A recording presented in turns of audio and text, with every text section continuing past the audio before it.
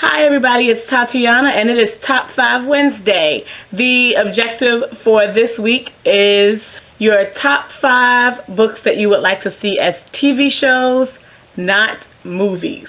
Now, this was a little difficult because I didn't want to pick series and bend the rules a little bit right out of the gate because sometimes standalone novels just don't have enough in them to make a substantial television show. However, I have managed to do a little something, and these are in no particular order. Number 5 would be Joplin Coast by Tanana Reeve.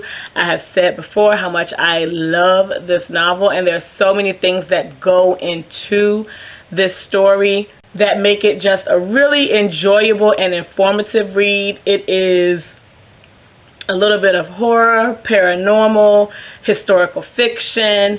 There's a little bit of everything in it, and the journey Phoenix takes once she encounters Joplin's ghost is so different that I think it really would translate well into a television show / series. Number 4 is The Ties That Bond by Brenda Jackson. I debated about whether or not to add this to the list because while this is one of my favorite Brenda Jackson novels, a lot of times when novels are taken and transferred either to the small screen or the big screen, be it a movie or a television show, there are some creative license that's taken with it that sometimes makes the story different or changes it from the original story.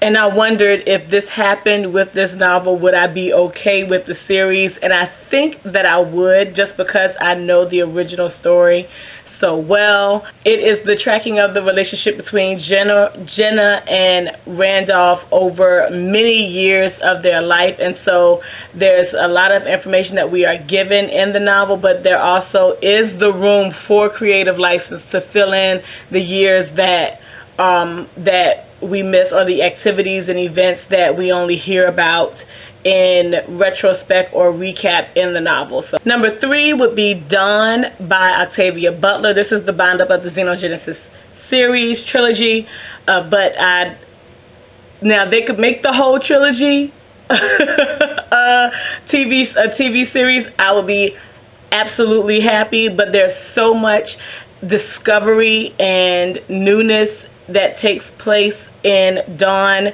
that they could stretch that out for who knows how long with all of the different things that go on, and we only get it from Dawn's perspective for the most part of the story. So there's so much more that could be taken from this, from the thought processes behind the Oankali and why they are doing what they're doing and why they've selected Dawn, more information on Dawn's past that you're given a synopsis of in the book, but there's so much more that could be added to this and possibly not mess up the awesome work of Octavia Butler. Number 2, I don't own, and that would be Daughter of Smoke and Bone by Laini Taylor. I would pick to do the entire trilogy as a TV series or TV show, but to just pick one, it would be Daughter of Smoke and Bone. I said before, as I was reviewing them, that it was one of my favorite YA series that I had read to this point, and I still stand by that. And I think that there are so many things that take place with the characters in the story, the friendships in the story, and there are so many characters and so many aspects that go into the novel, from what is happening in our reality to what is happening in Carew and Brimstone's native land, that all of those things that could be brought together and make a very interesting and very visually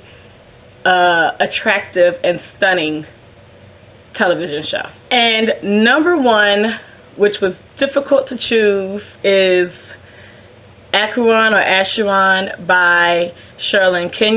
Now, I have heard, and I've heard this for 2 or 3 years now that there's supposed to be a series of Shalon Kenyon's Dark Hunter novels on somebody's premium channel. However, it has not happened as of yet. Y'all need to stop dragging your feet. I don't know what's going on.